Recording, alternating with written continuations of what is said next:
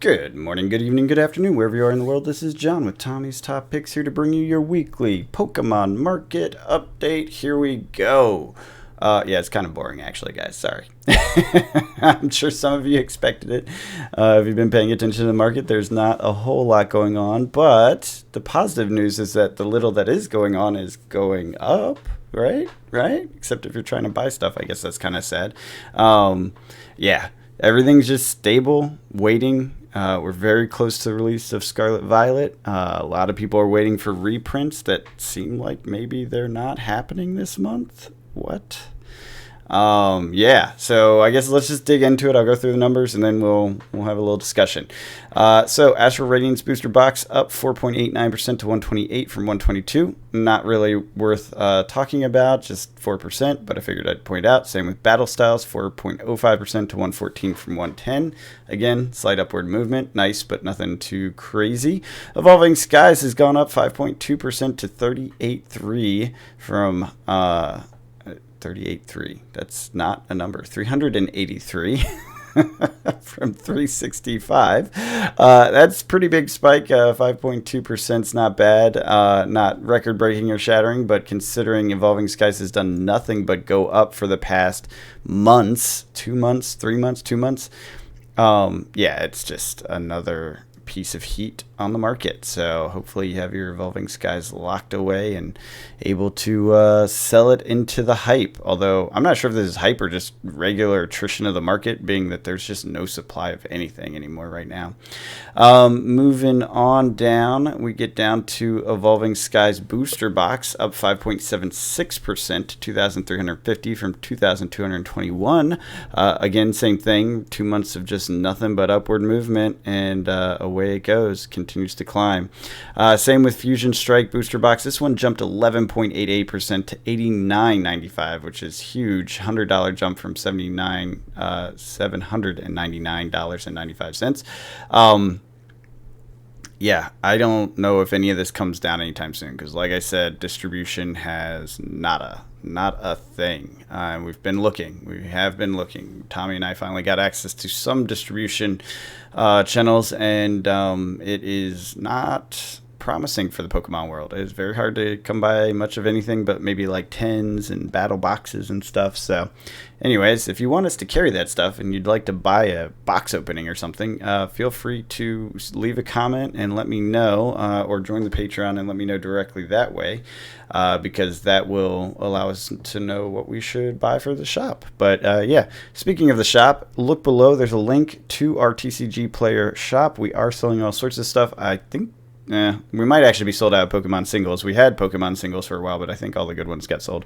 But yeah, we're restocking that. We just got to level 3. With your support, we'll be able to get to level 4. All we have to do is sell a certain volume and maintain a 5-star rating. So if you have purchased from us, please do leave a rating. That's it for the plug. Moving on to Lost Origins, 859 from 813. That's a 5.78% move up.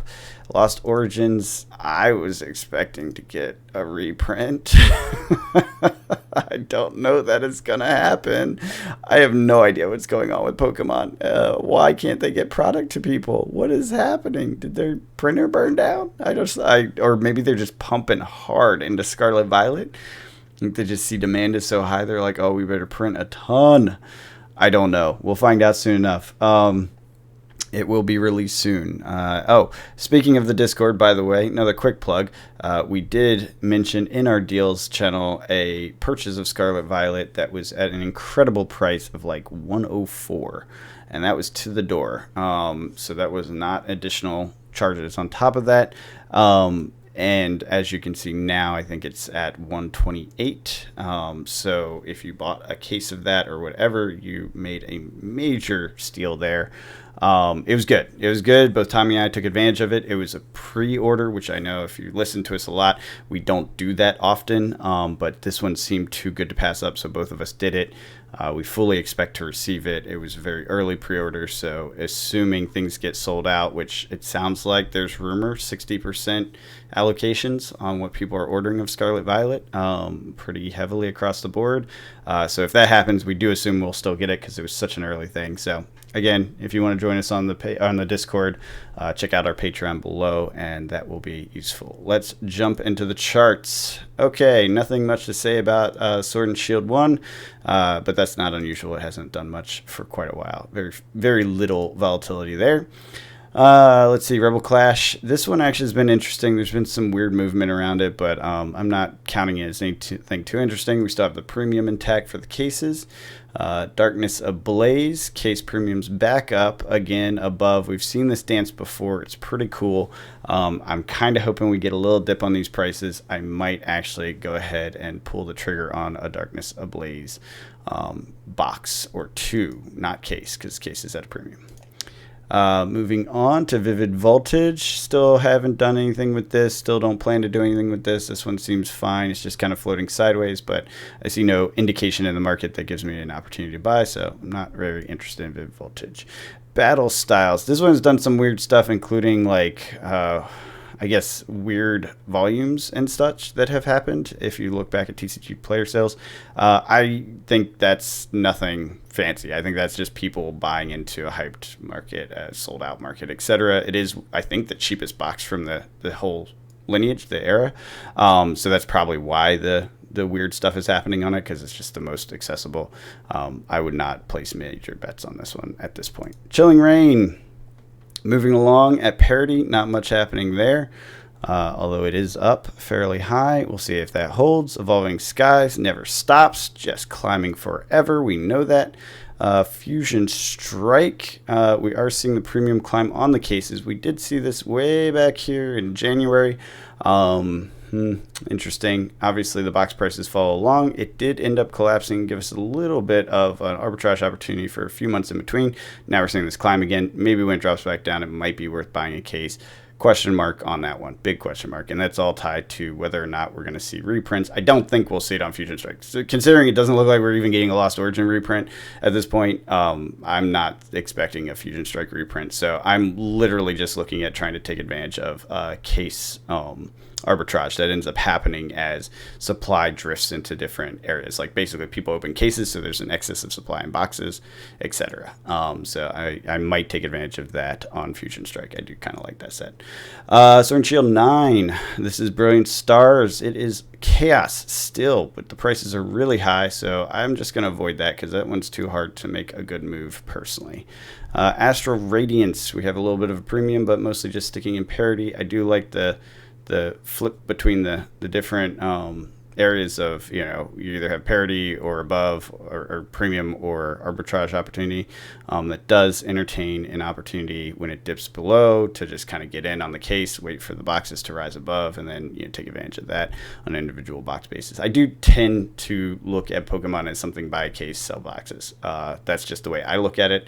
You got to do what's right for your own finances. Lost Origins. Hey, here we go. Here's that ARB opportunity. This would be the situation. I don't have a Lost Origin case. Maybe I will buy a case of that. What are they running at right now?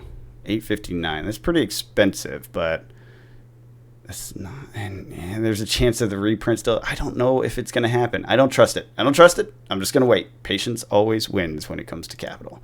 And then Silver Tempest. Here we are. Premium intact. Pretty flat line. Will we get a reprint? Big question. No one freaking knows. Anyways, if you guys like the content, hit the subscribe button. Leave me a comment. Let me know what you think. We still haven't worked out if we're going to do a different format for this. Tommy and I have talked about it, but we haven't come up with a solution. And honestly, both our schedules are crazy busy right now. Work is nuts. I do want to give a little shout out about SVB, Silicon Valley Bank. It has, if you're listening this long, you can listen to me ramble about economics for a second. It has collapsed, been, I guess, what do they call it? Seized by the Fed. Not really seized by the Fed. Put into receivership is the technical term. And the Fed is distributing the assets in a way that seems actually pretty good. They're doing depositors first. So everyone that had bank deposits there will get their money out. It seems fully based on the recent announcement yesterday. This does have ripple effects on the economy. Companies like Roku and all this bank there, and that means they had line of credits, which part of this, while receivership is going to protect depositors. So I'm a depositor. I have $2 million in the bank. I'm making that up. I don't. I have $2 million in the bank there. This whole thing happened. Oh my God, only $250,000 is insured, which was the case. FDIC insurance only goes up to $250. Doesn't make sense for companies, but that's just the policy. I guess we just don't expect bank runs very much anymore. But that happened.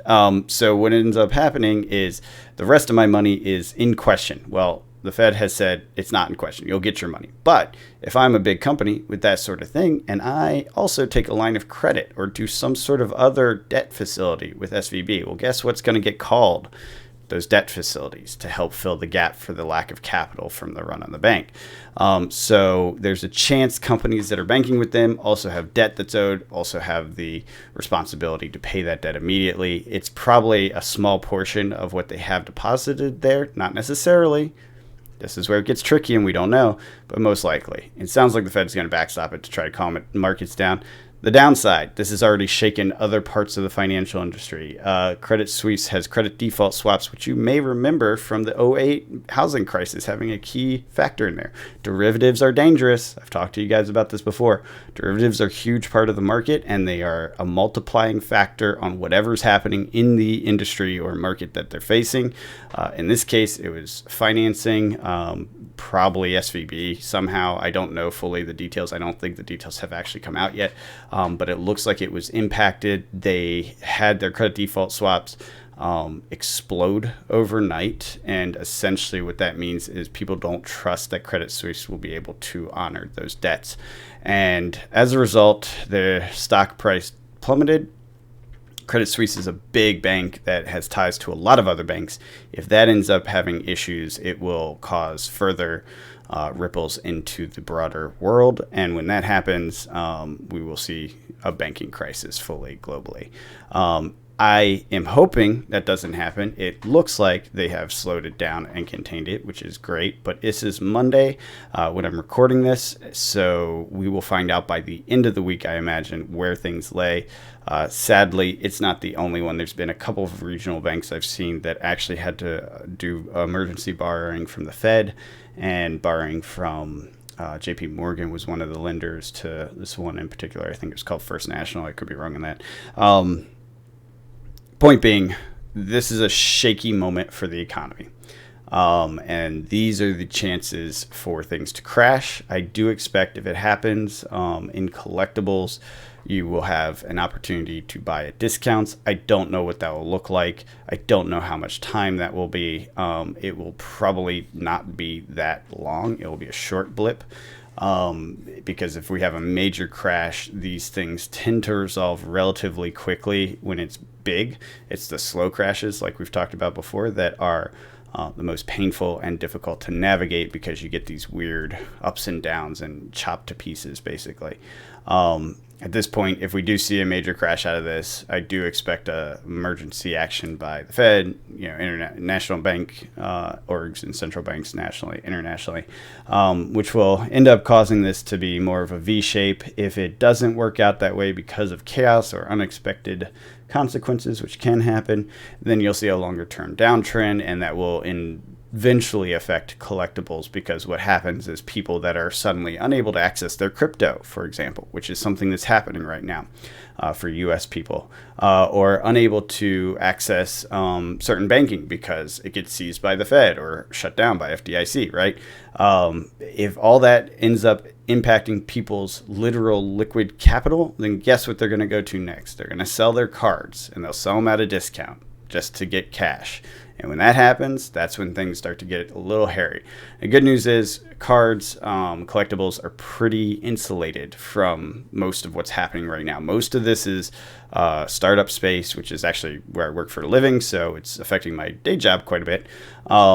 But it is starting to leak out, it looks like, into the broader economy, and then that's where it starts to ripple into areas that get real risky for the rest of the world.